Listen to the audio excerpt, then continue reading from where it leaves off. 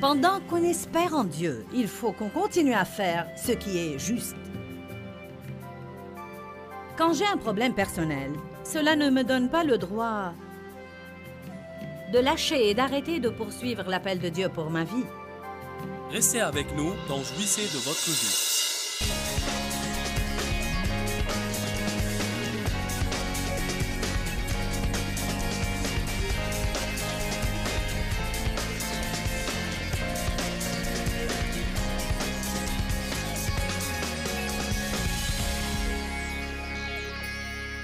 La Bible déclare que Dieu attend, dans l'expectative, le moment de faire grâce à ceux qui, dans l'expectative, espèrent en lui. Cela est écrit dans Ésaïe 30, 18 dans la Bible amplifiée. Dieu attend, désire et aspire à faire grâce à tous ceux qui espèrent, désirent et aspirent à lui.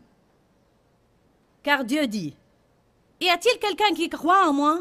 Y a-t-il quelqu'un qui s'attende à ce que j'intervienne? Qui a de l'espérance? » C'est dans la vie de ces personnes-là que Dieu intervient. Et non les passifs, les indifférents, les déprimés et les découragés. Qu'est-ce que tu fais? J'espère en Dieu.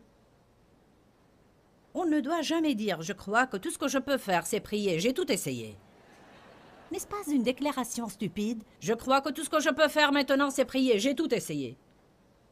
Et je ne peux que prier. C'est ce que nous devons faire tout d'abord. Faites des prières pleines d'espérance et de foi. Et cela ne vient pas automatiquement. Il faut que vous parliez à vous-même. Je suis dans le ministère depuis plus de 27 ans. Et j'ai toujours à me parler à moi-même, à me forcer, à me lever et à adopter une attitude positive et réaliser qu'espérer en Dieu n'est pas une attitude négative ou une déclaration négative, mais c'est croire et s'attendre à ce que Dieu intervienne. C'est vivre avec enthousiasme et non pas vivre déprimé et vivre désespéré tout le temps.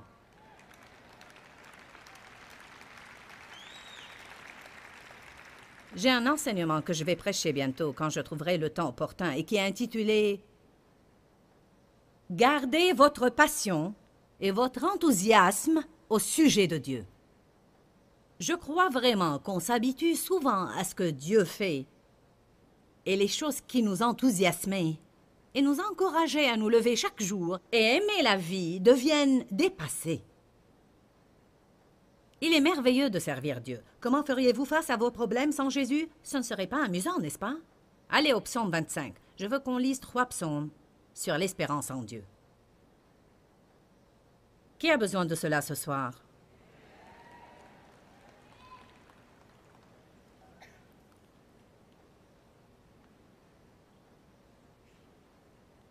J'aime beaucoup le premier verset.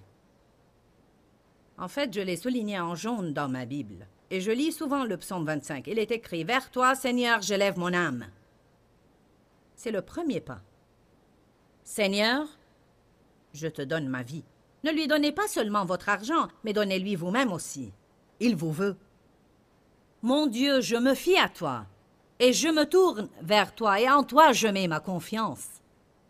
Ne permets pas que je sois dans la honte, ou que mon espérance en toi soit déçue. Que mes ennemis n'exultent pas et ne crient pas victoire à mon sujet. Oui, aucun de ceux qui comptent sur toi et s'attendent à toi. Comment on est censé attendre? Aucun de ceux qui comptent sur toi et s'attendent à toi, dans l'expectative, ne connaîtra jamais la honte ou la déception. Ils seront dans la honte ceux qui, sans raison, ne sont que des traîtres. Seigneur éternel, montre-moi le chemin, enseigne-moi tes voies. Il dit pendant que j'attends en espérant, montre-moi ce qu'il faut faire. Si tu me montres ce qu'il faut faire, je le ferai car tu m'aideras. Mais si tu ne me montres rien, j'attendrai dans l'expectative jusqu'à ce que tu interviennes miraculeusement dans ma vie. Dieu peut faire en un instant ce que nous ne pouvons faire en 25 ans. La femme qui a témoigné ce soir avoir une douleur à la hanche depuis 21 ans. 21 ans de douleur continue, sur une échelle allant de 1 à 10. Elle a dit que sa douleur était au niveau 15, dépassant la courbe maximale. 21 ans. Vous ne savez pas combien de médecins elle a consulté et combien de genres de pilules elle a pris. Elle a peut-être consulté plusieurs spécialistes. Et en un instant, durant une conférence, où on priait pour la guérison, Dieu l'a guérie. Et maintenant, après 3 ans de cela, elle n'a toujours pas de douleur. Elle n'a rien pu faire par elle-même en 19 ans, mais Dieu l'a guérie en un instant. Amen. attendez avec espérance. Je sens l'urgence de vous dire cela ce soir. N'attendez pas en faisant des déclarations négatives. Ne sortez pas déjeuner avec vos amis en parlant tout le temps de vos problèmes et puis de comment vous espérez en Dieu. Même si vous allez parler de vos problèmes, ce que nous faisons tous, et ça ne fait rien si on le fait, parlez-en positivement. C'est ce qui se passe, mais je crois que Dieu est capable de tout changer. Je crois que Dieu peut transformer tout pour le bien et intervenir dans cette situation. Je ne vais pas perdre ma joie ni mon espérance. Je vais continuer à espérer en Dieu. Et même si les choses ne finiront pas comme je l'espérais, je vais continuer à m'attendre à ce que Dieu les transforme pour le bien. Allez, est-ce que vous allez prendre la vie du côté positif?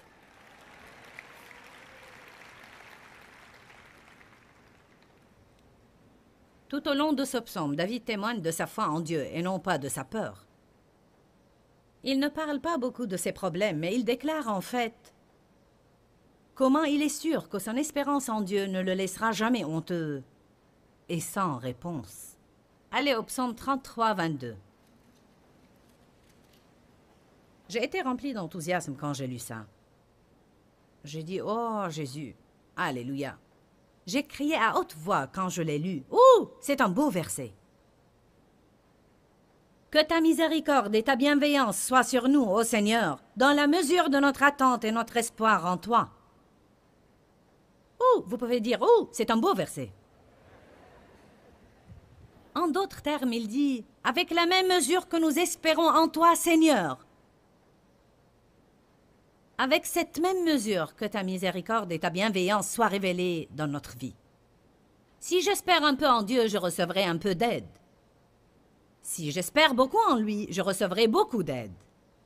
Nous devons également arrêter de mettre notre espérance dans les personnes, arrêter de mettre notre espérance en nous-mêmes et dans le système de ce monde. Et nous devons mettre toute notre espérance en Dieu pour qu'il fasse le nécessaire. Et si Dieu ne peut pas le faire, alors c'est sûr que je ne pourrai pas le faire. Le psaume 37-34 nous dit aussi quelque chose d'important. Il déclare « Pendant qu'on espère en Dieu, il faut qu'on garde ses commandements. » Vous ne m'avez pas entendu. Pendant qu'on espère en Dieu, il faut qu'on continue à faire ce qui est juste. Quand j'ai un problème personnel, cela ne me donne pas le droit de lâcher et d'arrêter de poursuivre l'appel de Dieu pour ma vie. Quand j'ai un problème personnel, cela ne me donne pas le droit de ne plus donner mes dîmes et mes offrandes. Quand j'ai un problème personnel, cela ne veut pas dire que j'ai maintenant la liberté de ne plus traiter les gens comme il faut, car après tout, j'ai un problème et vous devez comprendre que je suis sur mes nerfs. Allez, je parle à quelqu'un ici ce soir.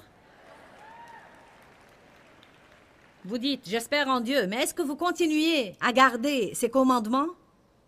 Dans Deutéronome, chapitre 8, pas besoin d'ouvrir vos Bibles, mais quand Dieu a guidé les Israélites à travers le désert où ils ont erré pendant 40 ans, la Bible dit qu'il les a guidés dans le chemin long et difficile afin de les tester et de les éprouver pour savoir s'ils garderaient ou non ses commandements. Je vous dis, si vous n'allez pas adorer le Seigneur dans le désert, vous ne le ferez pas au sommet de la montagne.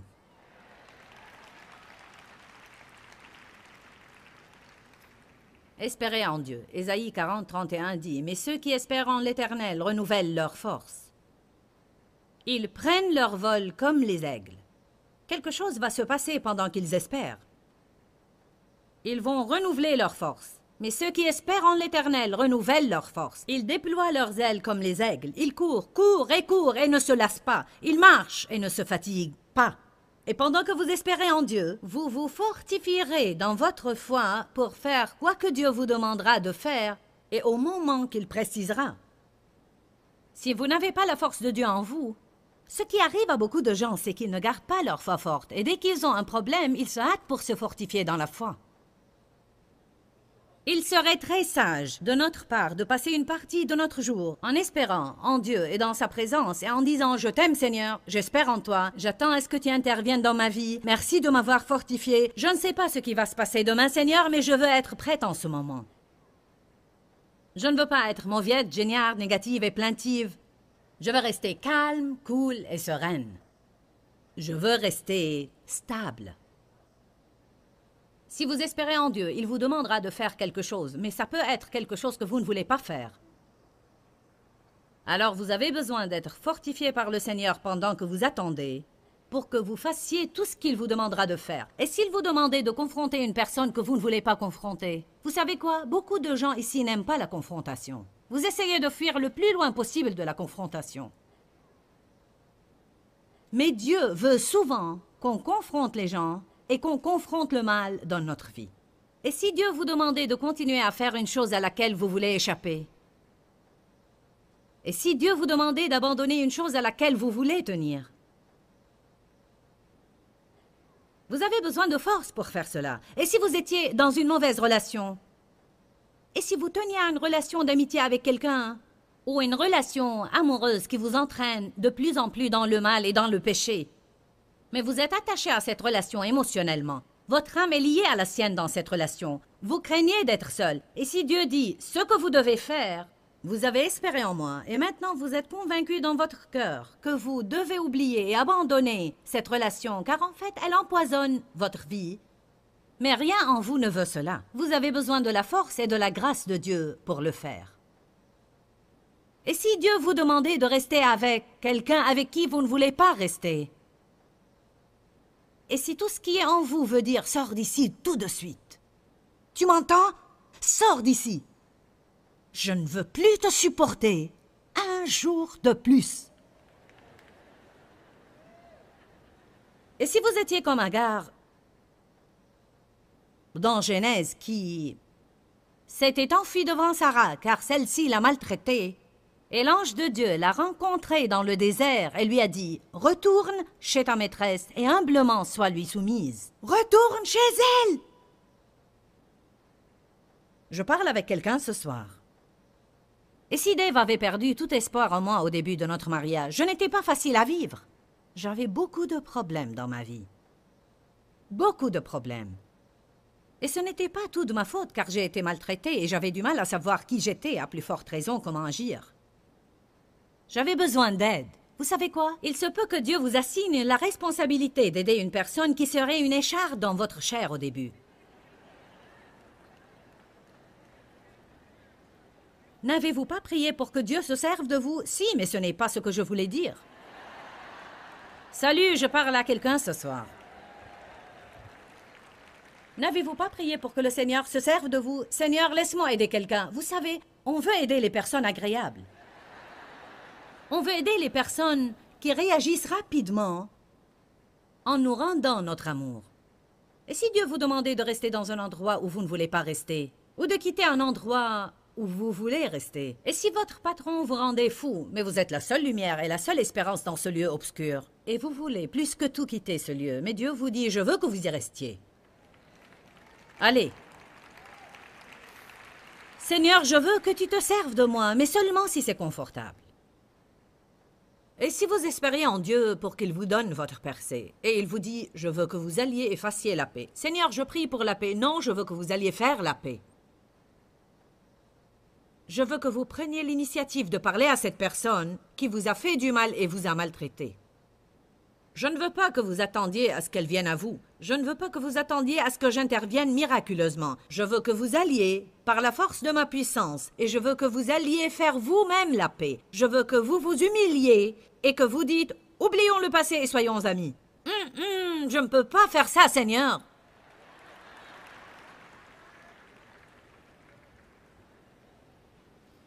J'ai déjà découvert que mieux vaudrait que je m'humilie et que je m'excuse auprès de quelqu'un que de rester dans le désarroi.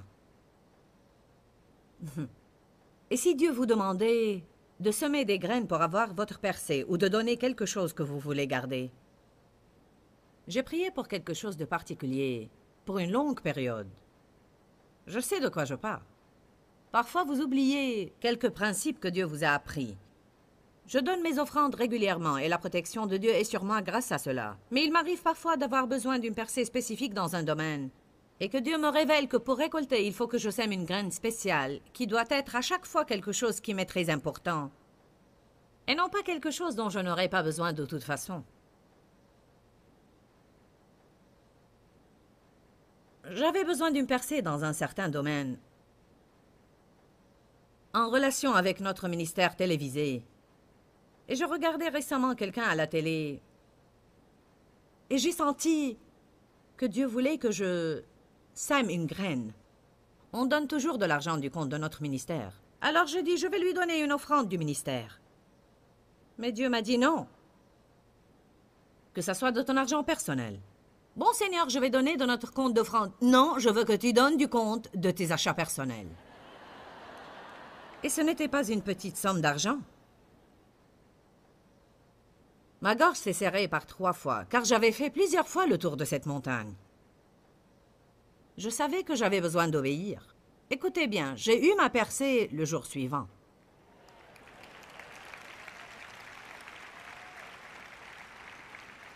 Et maintenant, j'espère en Dieu régulièrement. Peut-être que si je n'espérais pas en Dieu quand il m'a demandé de faire ce que je ne voulais pas faire dans le naturel, je n'aurais pas eu la force de le faire. Tous ceux qui espèrent en l'Éternel renouvellent leur force. Et ainsi, quand Dieu vous demande de faire quelque chose, vous serez capable d'obéir et de faire ce qu'il vous a demandé. Et si vous avez entendu le Seigneur dire « Attendez-moi un peu plus », je ne veux plus attendre. Je crois en réalité qu'on montre par notre calme qu'on fait confiance à Dieu. Allez à 2 Timothée chapitre 4, verset 2. Est-ce que vous tirez quelques leçons de cet enseignement?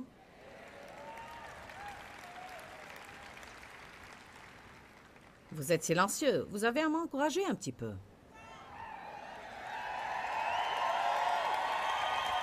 Oui, c'est mieux comme ça. Je me sens mieux maintenant.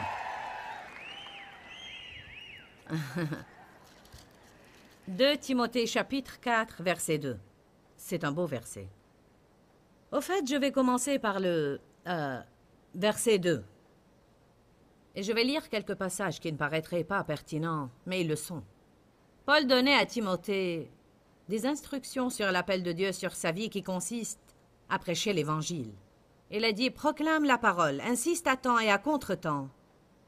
Tiens-toi prêt. Que l'occasion soit favorable ou non favorable, que ce soit le temps opportun ou inopportun, que ce soit bien pris ou mal pris. En tant que pasteur qui prêche la parole, tu as montré aux gens. Encerclez le mot montrer, parce que Dieu veut qu'on montre quelque chose aux gens et non pas juste leur dire quelque chose tout le temps. Tu as montré aux gens dans quelle mesure ils vivent dans le péché. Convainc, réprimande, reprend, encourage et exhorte par ton enseignement, et cela avec une patience inlassable. Car le temps viendra où les hommes ne voudront plus rien savoir et ne supporteront plus l'enseignement saint et authentique. Mais au gré de leurs propres désirs, ils se choisiront une foule de maîtres à qui ils ne demanderont que de leur caresser agréablement les oreilles. Ils détourneront l'oreille de la vérité pour écouter des récits de pure invention. Certains n'écouteront pas la vérité si elle commence à les réprimander et si elle veut dire qu'ils auront à faire des changements dans leur vie. Alors ils laissent leur groupe après avoir critiqué le maître et trouvent un autre groupe dont le maître donne des enseignements qui leur plaisent. Combien de personnes ont éteint la télé pour ne pas regarder mon émission? Sérieusement, combien de personnes étaient en train de regarder mon programme et quand j'ai commencé à parler du péché ou à parler des offrandes ou même à parler des attitudes, ils n'ont plus voulu m'entendre. Mais mon programme était mis sur plusieurs stations et vous aurez à changer plusieurs canaux pour m'échapper.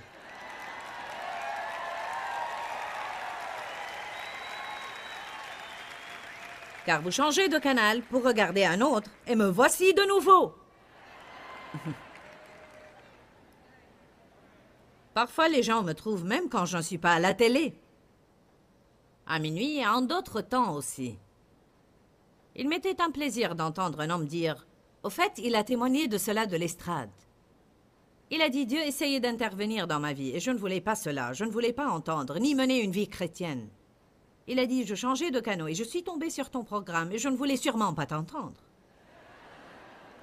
Pour qui elle se prend? Une femme audacieuse qui écrit après tout le monde pour leur dire ce qu'ils doivent faire. Il a dit, j'ai essayé de changer le canal, mais en fait, je n'ai pas réussi. Et il a ajouté, ça doit être la batterie. Alors je me suis levée et j'ai changé de batterie, mais sans résultat. En réalité, le seul bouton qui marchait dans la télécommande était celui qui augmentait le volume.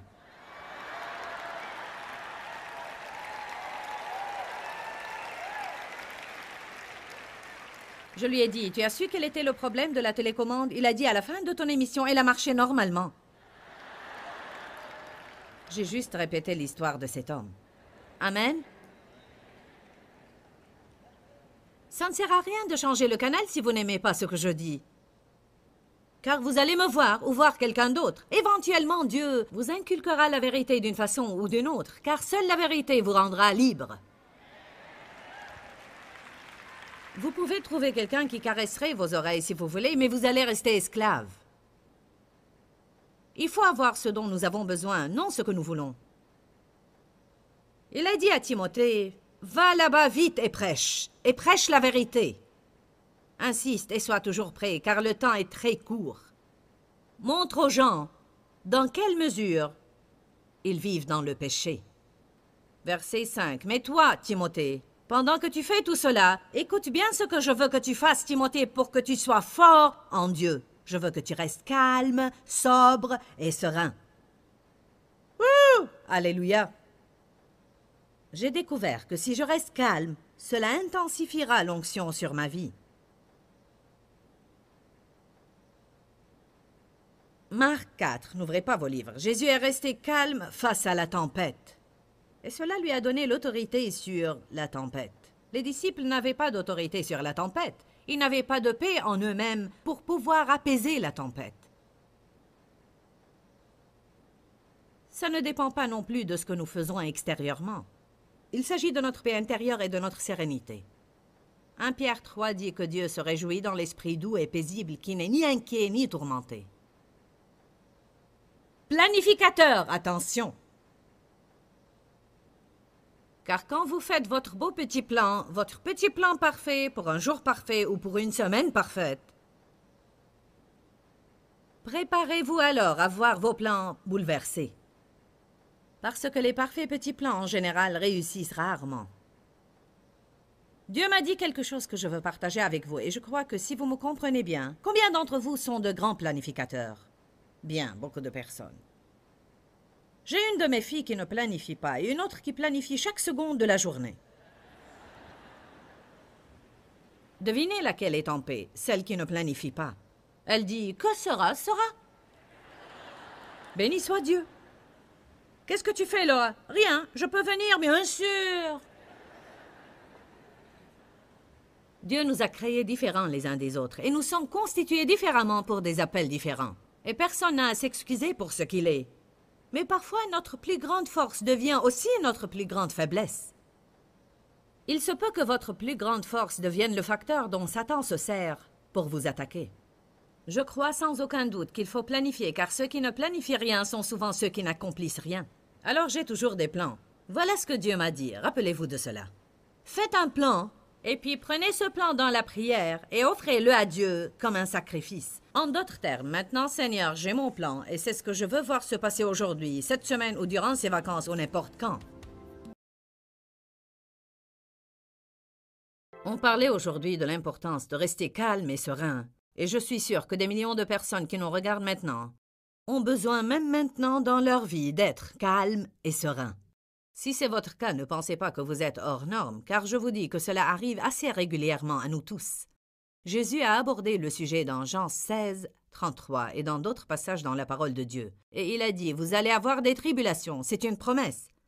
Vous allez avoir des afflictions et des frustrations. Mais il a dit, mais prenez courage, car j'ai vaincu le monde. Dans cette écriture, il nous dit de nous réjouir, et en d'autres passages, il nous dit de rester calme. Dis-leur que je les aime. Dans ce livret, Joyce Meyer donne une révélation de l'amour de Dieu pour nous. Pour obtenir ce livret gratuitement, écrivez-nous à Joyce Meyer, boîte postale 40095-6300, Larnaca, Chypre. Ou bien visitez notre site web www.joycemeyer.org/fr.